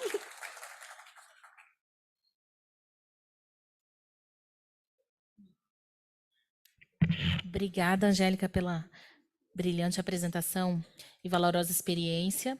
Queria chamar agora a Maíra Veloso. Esse aqui do meio. Ela vai falar sobre estratégias centrais para o enfrentamento da tuberculose e droga resistente em Minas Gerais. Tem 15 minutos, Maíra. Obrigada. Boa tarde a todos. Acho que quase boa noite já, né? É um desafio falar esse horário, mas vou tentar ser breve também. Queria cumprimentar os colegas da mesa, né? É um prazer dividir com vocês. Margarete, que é fonte de inspiração. Eu já trabalho há 15 anos, né, com tuberculose, até me assusto assim quando falo, e a gente já acompanhou assim vários avanços, né, em relação à tuberculose, mas são muitos desafios que a gente ainda enfrenta, né? Então, Venísia, Etel, à frente da Secretaria de Vigilância, né, nos dá força e a convicção de que são novos tempos, né? Eu acho que grandes mudanças estão por vir. Então, agradeço a Fernanda, os demais colegas também do Ministério pelo convite, a oportunidade de estar aqui. Minas Gerais, né, tem tentado algumas iniciativas, né? Então, como Etel comentou, a gente conseguiu repassar, né, um recurso total aí de 30 milhões para todos os municípios, né, do estado de Minas Gerais para implantar tanto o plano nacional quanto o plano estadual pelo fim da tuberculose como problema de saúde pública. Conseguimos também agora, né, instituir formalmente o Comitê Mineiro para o Controle Social da Tuberculose, também por meio de deliberação, né, e fizemos agora, em março, o lançamento do plano estadual pelo fim da tuberculose para o período aí de 2023 a 2026. Nesse momento aqui, eu vou me ater a algumas estratégias que a gente desenvolveu em relação à tuberculose droga resistente, que também foi feito por meio de carta-acordo aí com a OPAS, né, e financiado pelo Ministério da Saúde. A gente optou, né, nesse projeto por desenvolver as ações básicas, né? A gente entende a importância das novas tecnologias, das inovações, mas nesse trabalho nós valorizamos intensificar aquilo que é base, né, para a vigilância aí da tuberculose e droga resistente, focado e centrado no usuário aí que é acometido por essa tuberculose resistente. Aí eu passo aqui, desculpa. Então, aqui, né, o que eu falei foi financiado pelo Ministério da Saúde, o projeto teve duração de 1 ano, né? Então foi um projeto assim relativamente de execução rápida, né? Se a gente considera que a gente estava desenvolvendo ações para tuberculose resistente. Foi coordenado pela professora Silvana Espíndola, né, da Faculdade de Medicina da UFMG. Então, reforço aqui, né, a importância da parceria aí com a Silvana. E pelo Programa Estadual de Controle da Tuberculose, né, eu, juntamente com o Kennedy, que é a referência técnica da coordenação, estivemos à frente aí desse projeto. Rapidamente, um cenário assim para vocês entenderem um pouco desses desafios, né? Nós registramos aí aproximadamente 33 mil casos de tuberculose no período de 2015 a 2022, e nós tivemos 4.828 casos em 2022. Então, quando a gente analisou a série histórica 2015 a 2022, o ano de 2022 foi aquele que a gente teve maior número de notificações. Em relação ao teste rápido, a gente só conseguiu realizar em 56% dos casos novos de TB pulmonar e a cultura em 43% dos casos pulmonares. O que destaca para a gente, né, um desafio importante de conseguir aí, realizar o diagnóstico da tuberculose resistente. Registramos aí aproximadamente 300 casos de TBDR no período de 2015 a 2022. E em relação aos encerramentos, né, também um grande desafio. Então, quando a gente fala da cura e tratamento completo, apenas 62% dos pacientes com TB droga resistente foram curados ou completaram, né, o tratamento, um abandono altíssimo, né, de 22%. Óbito por TB de 5%. Então, nós tínhamos dois desafios centrais, né, que era conseguir aumentar a realização desses testes para diagnóstico da TB droga resistente e também garantir aí, né, a realização de estratégias de adesão capazes de aumentar aí, o percentual de pacientes curados. Então, essas foram as atividades elencadas. A primeira delas, atualizar a linha guia estadual para a organização da gestão e fluxos ao cuidado da pessoa com tuberculose, estruturar e qualificar os serviços de TBDR, aprimorar a rede laboratorial de diagnóstico e acompanhamento da TBDR, desenvolver capacitações, né, sobre o manejo clínico e estabelecer estratégias de gestão de casos aí nos âmbitos municipal e regional em locais prioritários. Então, isso aqui é o protocolo clínico e operacional, né, que a gente construiu dentro deste projeto. O público-alvo profissionais de saúde, a gente fez um reforço às recomendações do Ministério da Saúde, mas incluímos aí também as diretrizes e os fluxos estaduais, né? Fizemos um documento bem conciso, bem objetivo, para que ele realmente pudesse auxiliar os profissionais de saúde ali na vivência, né, no manejo clínico aí, desses casos. Para quem tiver curiosidade, esse documento, né, esse protocolo, está acessível aí na saude.mg.gov.br/tuberculose. Em relação à atividade 2, de estruturar e qualificar os serviços, nós selecionamos alguns serviços prioritários no estado de Minas Gerais, esses que estão colocados aí. E a gente fez também, como foi colocado pela colega anterior, a aquisição de materiais e equipamentos para esses serviços de referência. Então, questões também muito básicas, né, que a gente adquiriu e que era uma necessidade, foram demandados por esses serviços. Atividade 3, aprimorar a rede laboratorial. Então, também, né, houve aquisição de equipamentos, materiais de consumo, né, para aprimorar aí esse diagnóstico da tuberculose resistente. E a FUNED fazia que é o nosso LACEN, né, fazia a notificação imediata de qualquer resistência a fármaco aí, de forma a contribuir para o manejo adequado, né, e rápido, oportuno desses pacientes. Então, imediatamente a FUNED entrava em contato com a equipe do projeto que estava alocada na coordenação de tuberculose e informava sobre esses exames. E a partir disso, né, vou apresentar mais à frente, a gente startava um processo aí junto a toda a rede do Estado. Desenvolvemos também capacitações. Aqui vou me ater um pouco mais sobre essa estratégia de gestão de casos, que foi a que a gente, enquanto programa estadual, mais acompanhou, né? Então, a gestão de casos envolveu a contratação de profissionais de nível superior para realizar o acompanhamento aí de todos os casos identificados, né? Profissionais foram lotados na coordenação de tuberculose da Secretaria Estadual. E, a partir disso, né, nós traçamos aí diversas estratégias para a execução da gestão de casos. Como eu falei, nós não reinventamos a roda nesse projeto, né? Nós tínhamos 1 ano e definimos que nós iríamos intensificar aquilo que faz parte, né, da rotina do trabalho da coordenação estadual.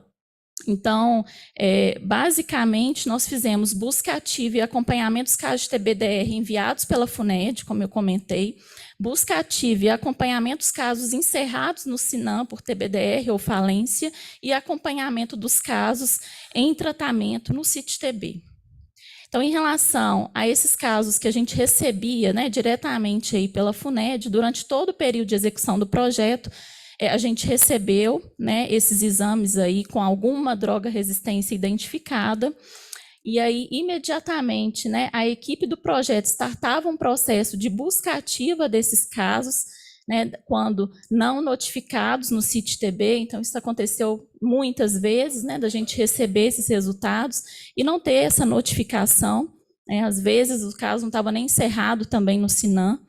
E aí a equipe startava esse processo de busca junto às unidades regionais de saúde, né, em municípios, solicitando encaminhamento imediato à referência terciária. Com isso, né, a gente observou uma redução significativa no tempo médio de encaminhamento do usuário, quando comparado a 3 anos anteriores. Né? Nós tivemos alguns problemas aí no meio do caminho, né? O fechamento de um dos ambulatórios principais para a tuberculose, droga resistente no estado, mas ainda assim, né, com a intervenção do projeto, a gente conseguiu reduzir, né, esse tempo médio de encaminhamento do usuário. Em relação à busca ativa e acompanhamento dos casos encerrados no SINAM, a gente também acompanhava todos os casos encerrados por TBDR e falência, para que esses encerramentos, para que a gente conseguisse, né, encaminhar esses casos também imediatamente à referência terciária, para que eles também fossem notificados no CIT-TB. Então, acontecia muito, né, da gente ver esses encerramentos por falência TBDR e esses casos ainda não notificados no CIT-TB. Então, foi uma prioridade também, né, realizar essa busca ativa para que esse paciente fosse encaminhado o mais rápido possível. E em relação aos casos que já estavam em tratamento no CIT-TB, né, também tivemos a ação em relação a isso. Então, os casos notificados foram todos eles acompanhados pela equipe do projeto. Então, quando a equipe identificava qualquer situação aí que podia predispor, né, ao abandono, ao atraso de consulta, imediatamente também, né, a equipe startava esse processo de busca ativa, discussão do caso, né, envolvimento da atenção primária e toda a rede assistencial. Os casos, né, com vulnerabilidade social identificada, a gente também tinha algumas estratégias específicas, né, envolvendo articulações intra e intersetoriais, e também qualificação quanto à realização de exames de acompanhamento, registros de consultas, identificação, exame de contatos, né, e dados dos usuários, principalmente em relação a situações de vulnerabilidade, que a gente ainda tem um problema muito grande, né, de informação dessas variáveis dentro do sistema. Então, aqui, né, a gente pode observar aqui o acompanhamento dos casos segundo situação aí de vulnerabilidade. O que a gente observa é que tem um percentual muito grande, olha só, de ignorado, né? A gente não consegue muitas informações em relação a isso. Então, vou mostrar mais à frente uma das estratégias que a gente adotou, né? Mas ainda assim, né, a gente observa aqui que muitos desses casos, né, estão associados aí a situações de vulnerabilidade ou outros agravos associados, o que demonstra, né, uma alta complexidade desses casos. Então, nós identificamos algumas necessidades, né, iniciais. O que a gente identificou a princípio aí? A importância da articulação do TDO compartilhado com a atenção primária, né? O compartilhamento do cuidado entre os níveis de atenção era outro desafio aí, outra necessidade. A intensificação, a identificação, de situações de vulnerabilidade social e articulações intra-intersetoriais. Muitas vezes a equipe não conhecia nem a situação de vulnerabilidade que aquele paciente estava inserido, como que ia propor, né, qualquer tipo de articulação ou ação a partir disso. Então, era outra questão que a gente identificou também. O desenvolvimento de estratégias de adesão, né, para evitar o abandono. Então, para além do TDO, a gente sabe que o TDO é uma estratégia importante, mas que não vai resolver sozinho o problema da adesão ao tratamento. Então, a gente também utilizou outras estratégias. O aprimoramento de estratégias de busca ativa para casos em abandono ou faltosos, né, é uma estratégia que ela era feita, né, muitas vezes, mas demorava um tempo muito grande, né? Às vezes a gente identificava pacientes há meses, há anos em abandono, e nenhuma ação realizada. O treinamento sobre o CIT-TB, né, a fim de aprimorar o registro, como eu comentei, né, a gente tem muitas variáveis ainda não preenchidas.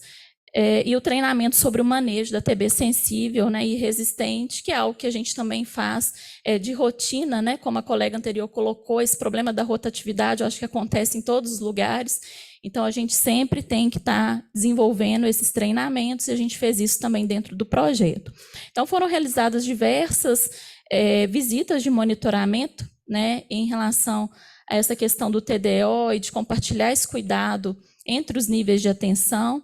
Então, envolveu aí serviços de referência, enfermeiros, né, da APS, referência técnica da regional, município, traçadas estratégias de cuidado aí conjunto, né, e reforçando a importância do compartilhamento do cuidado entre o serviço de referência e a APS. Né. Então, muitos casos estavam sendo manejados aí pela referência terciária, e a APS sequer sabia, né, que tinha um usuário ali na sua área fazendo um tratamento para tuberculose droga resistente, reforçada a importância do TDO também, né? Aqui algumas fotos das visitas que a gente realizou aos serviços, né, município, regional de saúde. E aí a gente criou, né, desenvolveu um formulário de gestão de casos para tuberculose resistente. Então, foi elaborado pela coordenação de tuberculose da Secretaria Estadual e validado por profissionais das unidades regionais de saúde, municípios e APS.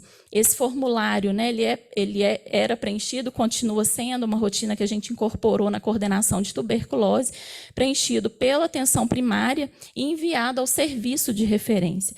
E o que a gente, né, objetivava com isso? Que era envolver a atenção primária e no cuidado, né, traçando estratégias individualizadas junto à referência, de acordo aí com o que era identificado de necessidade. E aí a APS fazia busca, né, ativa desses usuários para realizar o preenchimento das informações constantes nesse formulário. Aqui está, para vocês conhecerem, mas depois também, se alguém tiver curiosidade, a gente pode disponibilizar. Então, a gente enviava esse formulário já com o cadastro preenchido, né, para a unidade regional de saúde. Minas Gerais tem 28, né, unidades regionais de saúde, 853 municípios.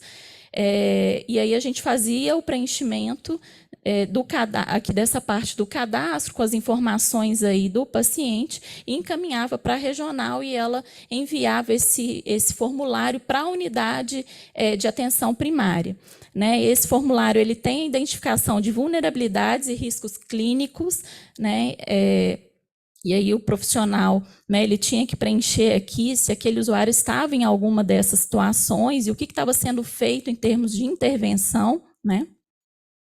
A questão do TDO, a gente perguntava se estava TDO, e mais que isso, né, há quanto tempo, né, quem realiza esse TDO, tentando qualificar um pouco mais também essa informação, a questão dos contatos, né, e alguns dados complementares em relação a, por exemplo, HIV, exames de acompanhamento. Então, o objetivo aí realmente era compartilhar, né, o cuidado aí desses pacientes que estavam manejados aí na referência terciária e compartilhar com a atenção primária.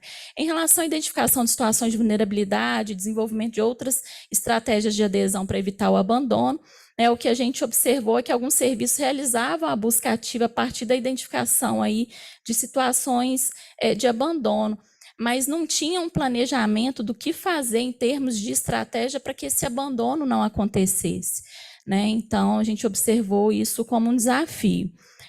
Fizemos, então, acompanhamento das atualizações dos casos, né, visando aí identificar essas situações de vulnerabilidade, Realizamos treinamento de um instrumento de estratificação por grau de risco clínico e de abandono da pessoa com tuberculose, vou mostrar no próximo slide, que é uma estratégia exitosa, né, do município de Belo Horizonte, e aí a gente tem implantado em outros locais do estado, que busca, basicamente, né, estratificar esse risco que o paciente tem, o risco clínico e de abandono, e propor intervenções.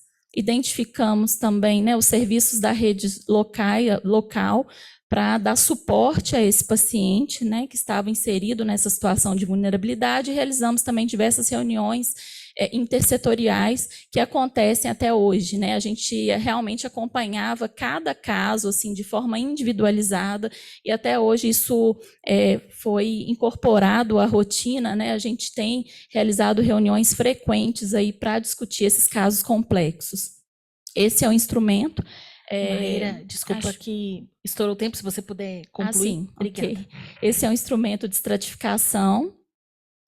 Aqui sobre o aprimoramento das estratégias de busca ativa, né, para os casos faltosos. Também durante todo o período foram traçadas essas estratégias de comunicação rápida, né, visitas de monitoramento, como eu já falei.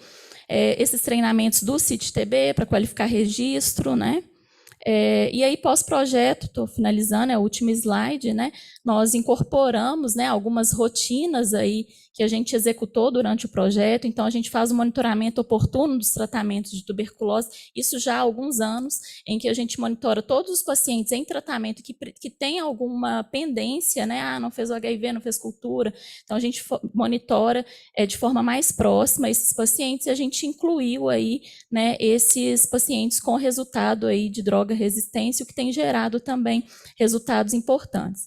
Reuniões intersetoriais, criamos um grupo de trabalho com a Secretaria de Desenvolvimento Social, e a gente, né, recebeu relatos assim, das unidades regionais, relatando esse estreitamento mesmo da relação entre os serviços de referência, atenção primária e municípios aí pós-projeto. Maior engajamento da PS no cuidado compartilhado, né, após a gente também desenvolver aquele instrumento que eu apresentei, e maior envolvimento também das unidades regionais em relação a esses casos inseridos em situações de vulnerabilidade.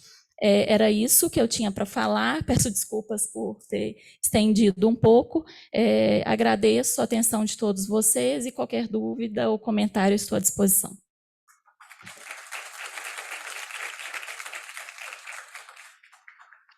Obrigada, Maíra, pela brilhante apresentação.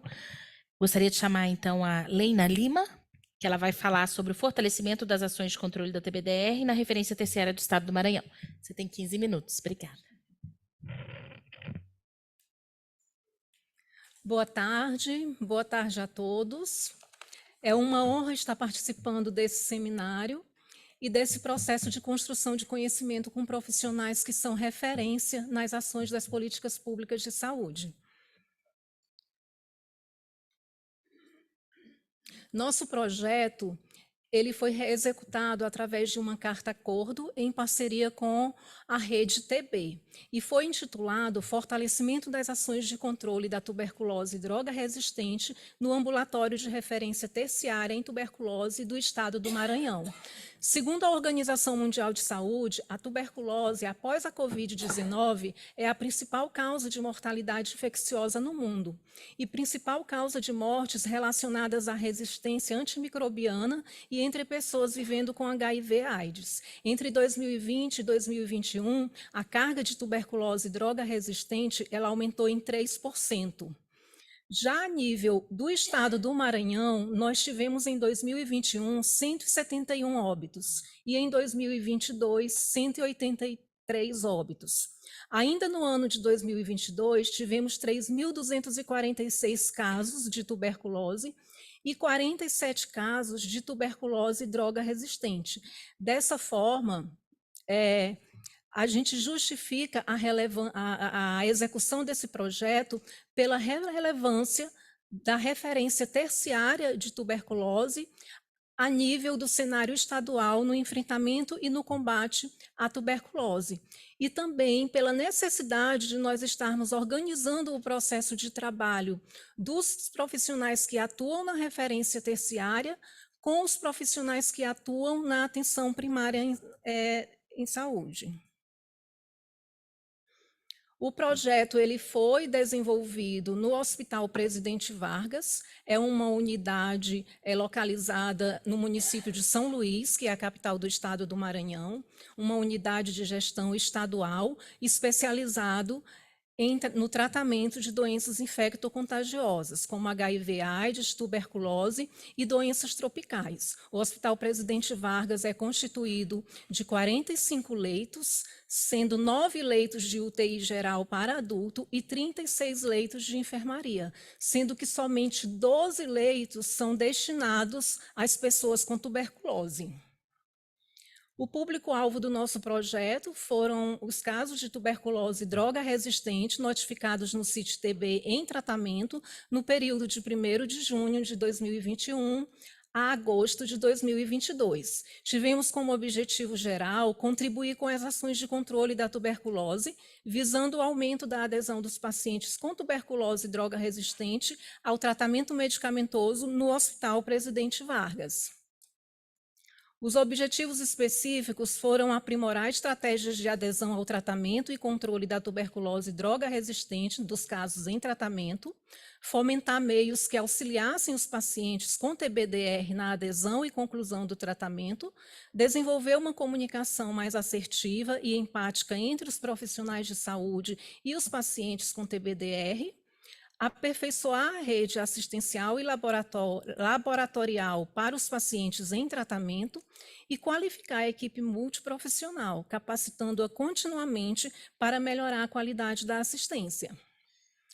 Nós vislumbramos nessa carta-acordo a possibilidade de desenvolvermos diversas atividades, não apenas no ambulatório de referência terciária, mas também que impactasse a atenção básica dos municípios do Maranhão com pacientes em tratamento de TBDR. O projeto contemplou a região metropolitana de São Luís e mais 14 municípios, totalizando 16 municípios. Foi desenvolvido e executado através de 5 atividades no período de fevereiro de 2022 a outubro de 2022. Na atividade 1, que é referente à montagem e à estruturação do projeto, nós realizamos a contratação de supervisores e monitores locais das equipes de saúde da família e das equipes de consultório na rua e do sistema prisional. Nós elaboramos as normas e as rotinas para as estratégias do tratamento diretamente observado, compartilhado com atenção primária em saúde e também definimos e implantamos os indicadores de monitoramento. Como supervisores e monitores locais, foram cadastrados 81 profissionais. 63% desses profissionais ficaram responsáveis pela supervisão do tratamento dos casos de TBDR em São Luís, 32% pela supervisão de outros municípios e 5% ficaram responsáveis pelo acompanhamento da supervisão e monitoria no ambulatório de referência terciária. Referente ao percentual de cobertura do tratamento diretamente observado compartilhado nos municípios que possuíam caso de TBDR, dos 66 pacientes, 42 residiam em São Luís e 24 residiam em outros municípios, totalizando, como eu havia falado anteriormente, 16 municípios com casos de tuberculose droga resistente. Desses 16 municípios, apenas 2 não viabilizaram a sua adesão ao projeto. Então, o município de Santa Inês e de Pinheiro, os pacientes desses municípios ficaram sem supervisão, devido à falta de adesão dos gestores locais ao projeto. Assim, alcançou-se o percentual de implantação do TDOC equivalente a 87%. Na atividade 2, nós trabalhamos estratégias de tratamento diretamente observado compartilhado.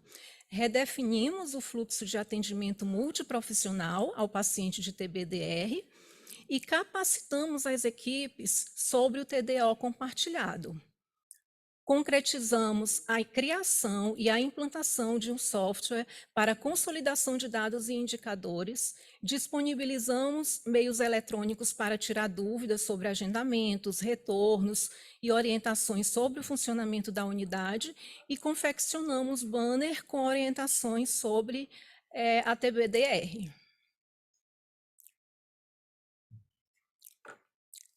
Além de uma estratégia que nós encontramos, né, para fortalecer o TDO, foi cadastrar os profissionais da estratégia saúde da família para fazer a supervisão da tomada de medicamentos.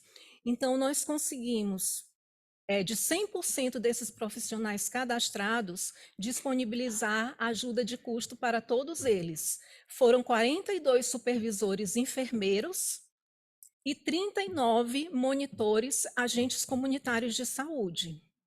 Um dos motivos colocados pelos pacientes para não adesão ao tratamento era o fato a dificuldade, né, de dinheiro para o transporte. Então, tentando minimizar essa dificuldade do paciente, nós conseguimos também incluir uma ajuda de custo para 31 pacientes. Então, 31 desses pacientes foram beneficiados com essa iniciativa.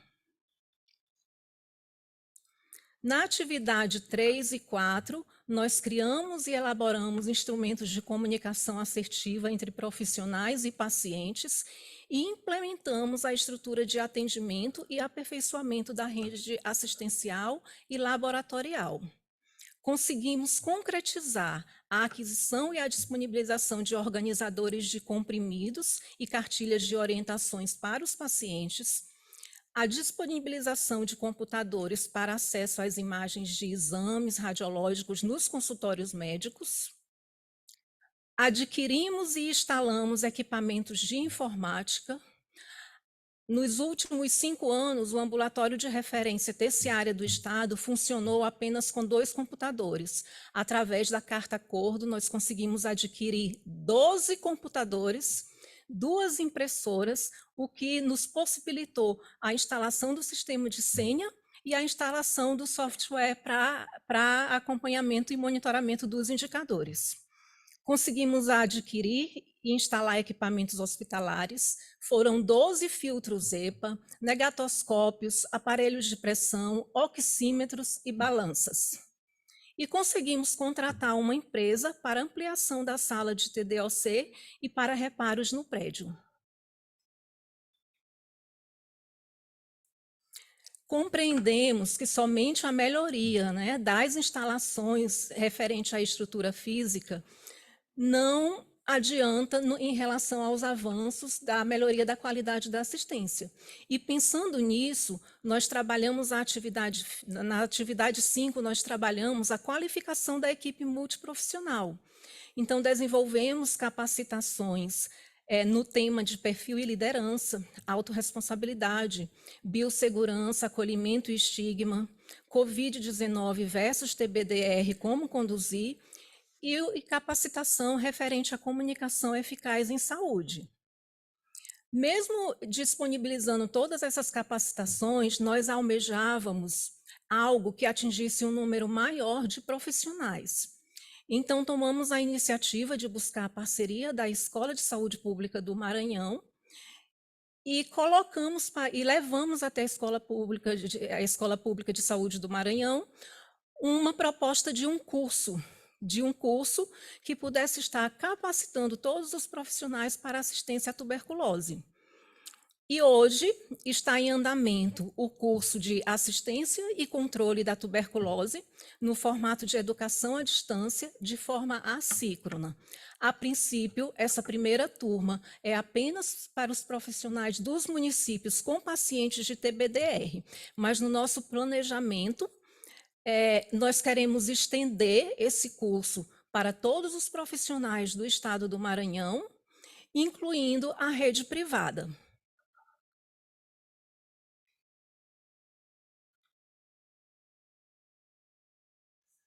Bom, em relação aos resultados alcançados, nós conseguimos implantar o TDOC em 87% dos municípios, com pacientes de TBDR, o que demonstra que é possível a gente fazer essa articulação e essa integração entre os diferentes níveis de atenção. Nós disponibilizamos, em relação à disponibilização das cartilhas de orientações e organizadores de comprimido, alguns pacientes não quiseram receber esses organizadores de comprimido, e no sistema prisional não havia necessidade deles, já que a entrega da medicação é feita diariamente pelo profissional do setor. Sendo assim, o nosso resultado foi de 79%. Em relação à visita domiciliar, nós tivemos alguns obstáculos, como a recusa do paciente em receber a visita, e também o fato de difícil acesso em algumas áreas, inclusive áreas controladas por facções. Sendo assim, nosso resultado ficou apenas em 62%. Com relação às taxas de interrupção do tratamento, as taxas de cura ou tratamento, nós não conseguimos ter um indicador plausível, já que a gente só fez esse acompanhamento no período de maio a outubro. Então, ficou um pouco limitado esse indicador. O maior desafio que nós encontramos no desenvolvimento do projeto foi a adesão dos profissionais dos outros municípios. Foi nítida a falta de interesse de alguns gestores locais, a falta de conscientização em relação ao combate, à importância, né, do combate da tuberculose. Outros desafios foram relacionados aos aspectos referentes ao próprio paciente, como mudança de endereço, mudança de telefone, a residência era uma área de difícil acesso ou controlada por facção, e também a recusa do paciente que não aceitou nem o porta-medicamentos e nem a visita domiciliar. A execução desse projeto nos permitiu um aprendizado sobre a importância do trabalho interdisciplinar e sobre a importância da interlocução entre a referência terciária com os profissionais da área adscrita à moradia do paciente. As melhorias na estrutura física e organizacional do ambulatório de referência terciária do Estado do Maranhão garantirão condições para que a sua equipe gestora e a sua equipe assistencial possam dar sustentabilidade à manutenção da estratégia do tratamento diretamente observado, compartilhado com a atenção primária da saúde. Eu deixo aqui, né, meu apelo a todos os governos estaduais, principalmente ao governo do Maranhão e aos gestores municipais, para que priorizem o enfrentamento da tuberculose e que desenvolvam um planejamento estratégico que possa garantir a continuidade do cuidado à pessoa com tuberculose em todos os níveis de atenção. E eu finalizo a minha fala só reiterando que somente um trabalho em equipe pode fazer algo bom se tornar sensacional. E meu muito obrigada à equipe comprometida e dedicada do Hospital Presidente Vargas, e meu muito obrigada a todos aqueles que contribuíram para que esse projeto se concretizasse. Obrigada. Então, obrigada, Leina, pela brilhante apresentação. Como nós estamos já no avançar da hora, né, gente? Então, não vamos poder abrir para perguntas e discussões. As discussões vão continuar durante o evento. Queria agradecer muito a todos da mesa, que acho que foi uma mesa... A tuberculose e droga resistente sempre fica por último, gente. Isso é terrível. A todos os workshops da Rede TB, o nosso evento também, acho que a gente tem que mudar esse cenário da tuberculose resistente, porque a discussão sempre fica esvaziada e todo mundo cansado, né? Que eu estou vendo a cara de vocês bem cansados aí. Mas a mesa foi bem rica, mostrando desde o aspecto assistencial médico, né, que a gente precisa de bons diagnósticos, precisamos de bons tratamentos. Concordamos plenamente com a doutora Margarete, queremos o BPAL-M tratar as pessoas com 6 meses, no máximo 9 meses, mas isso não é suficiente, né? A gente precisa de uma equipe multiprofissional acolhedora, que consiga trabalhar e atender a pessoa em toda a necessidade que ela tem, que a necessidade dela não é só médica, né? Ela tem uma necessidade de vida, que muitas vezes, somente com uma equipe multiprofissional, com um serviço organizado e acolhedor, a gente consegue alcançar o nosso objetivo, que é a cura, além do diagnóstico, tudo é um encerramento positivo desse tratamento, é uma cura desse paciente e dessa família. Mas queria agradecer muito, me desculpar a todos e a mesa, principalmente, né? Que a gente acaba ficando por último. Mas obrigada, foi ótimo. Obrigada a todos. Para a mesa, tá, gente? O Drauro chama o Drauro para poder encerrar o evento de hoje. Já encerramos. Então, já encerramos. Obrigada. Agradecemos os presentes no primeiro dia do Seminário Internacional Compromissos de Alto Nível para a Eliminação da Tuberculose como Problema de Saúde Pública. Agradecemos também aqueles que nos assistiram via transmissão. Esperamos por todos vocês amanhã às 9 horas da manhã neste mesmo auditório. Tenham todos uma boa noite.